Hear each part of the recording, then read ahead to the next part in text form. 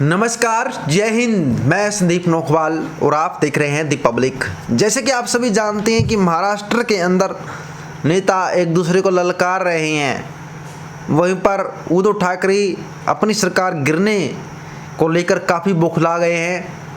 उद्धव ठाकरे सरकार गिर चुकी है। यहाँ पे राज्यपाल थोड़ा बीमार चल रहे हैं, इसलिए राज्यपाल यहाँ पे कोई मीटिंग नहीं ले पा रहे हैं या राज्यपाल किसी विज्ञापन पर विशेष प्रतिक्रिया नहीं दे पा रहे हैं। लेकिन यह 99% तय हो चुका है कि महाराष्ट्र के अंदर शिवसेना यानी उद्धव ठाकरे सरकार गिर चुकी है। आज बीजेपी के नेताओं के साथ high level meeting Uddhav Thackeray की होने वाली है, जिसमें वो बीजेपी के साथ गठबंधन को लेकर बड़ा फैसला ले सकते हैं, जिसके बाद नई सरकार बनना तय हो चुका है। अब देखते हैं कि नई सरकार में नए मुख्यमंत्री ठाकरे होंगे या एकांत शिंदे होंगे। ये बहुत ही बड़ा सवाल जनता के सामने अभी भी सस्पेंस में बना हुआ है।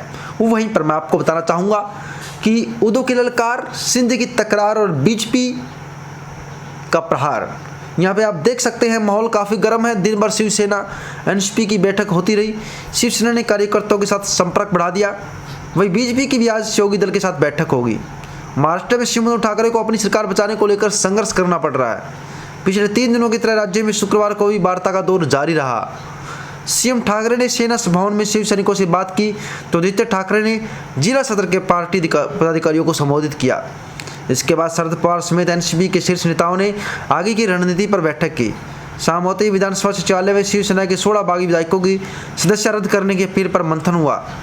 आज शिवसेना ने अपने सभी राष्ट्रीय कार्यकारिणियों की बैठक को बुला लिया। आदित्य ठाकरे ने भी युवा नेताओं की सभा को संबोधित करेंगे और वहीं बीजेपी नेता व पूर्व सीएम देवेंद्र, केंद्रीय मंत्री रामदास आठवले के साथ राज्य के मौजूदा हालात पर चर्चा करेंगे। शिवसेना के 16 बागी एमएलए को जारी होगा नोटिस जारी किया जाएगा। देसाई ने बताया कि बागी की सदस्य रद्द करने को लेकर कानूनी पहलुओं पर चर्चा हुई। अब इस सभी बागियों को नोटिस भेजा जाएगा। अगर बागियों की सदस्य रद्द कर दी जाती है तो वो फ्लोर टेस्ट में वोट नहीं कर पाएंगे। वहीं पर अजय चौधरी को भी मिली दल के नेता की मान्यता। वहीं पर महाराष्ट्र के डिप्टी स्पीकर नरहरि झीरवाल ने उद्धव कैंप के अजय चौधरी को विधायक दल के नेता के रूप में मान्यता दे दी है। इसके अलावा सुरेंद्र प्रभु को चीफ व्हिप चुना गया। डिप्टी स्पीकर का यह फैसला शिंदे कैंप के लिए झटका जैसा है।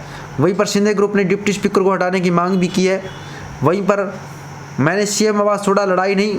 सीएम उद्धव ठाकरे ने सेना भवन में बैठक के दौरान शिव सैनिकों से कहा कि मैंने सीएम आवास को छोड़ा, लड़ाई नहीं। सत्ता को लेकर मुझे कोई लालच नहीं है।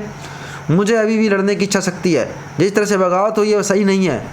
मैं बागियों को चुनौती देता हूँ कि वे ठाकरे और शिवसेना के नाम का इस्तेमाल किए बिना सर्वाइव नहीं कर सकते। उद्धव ठाकरे ने कहा कि मेरी तबीयत ठीक नहीं है। मेरे कंधे से लेकर पैरों तक कोई हलचल नहीं है। कुछ लोगों को लगा कि मेरी तबीयत ठीक नहीं होगी। लोग दुआ कर रहे थे कि मैं ठीक ना हो जाऊं, लेकिन मुझे ऐसे लोगों की परवाह नहीं है। उन्होंने कहा कि मैंने अभी कभी सपने में नहीं सोचा कि मुझे यह सीएम पद मिलेगा। माधवसरी के बाहर जुटे सैकड़ों शिव सैनिक वही उद्धव ठाकरे के साथ उनके घर पर एनसीपी के नेताओं की बैठक की। इस बैठक में एनसीपी चीफ शरद पवार के अलावा अजित पवार, जयंत पाटिल और प्रफुल्ल पटेल भी मौजूद थे।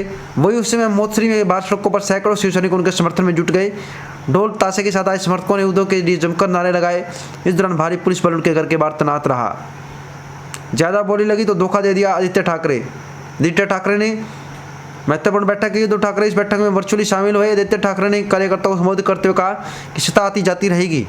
हम सत्ता के लालची नहीं है। हमें परिवार के सदस्य ने पैसों के लिए धोखे दे दिए। ज़्यादा बोली लगी तो उन्होंने शिंदे गुट हमें छोड़ दिया।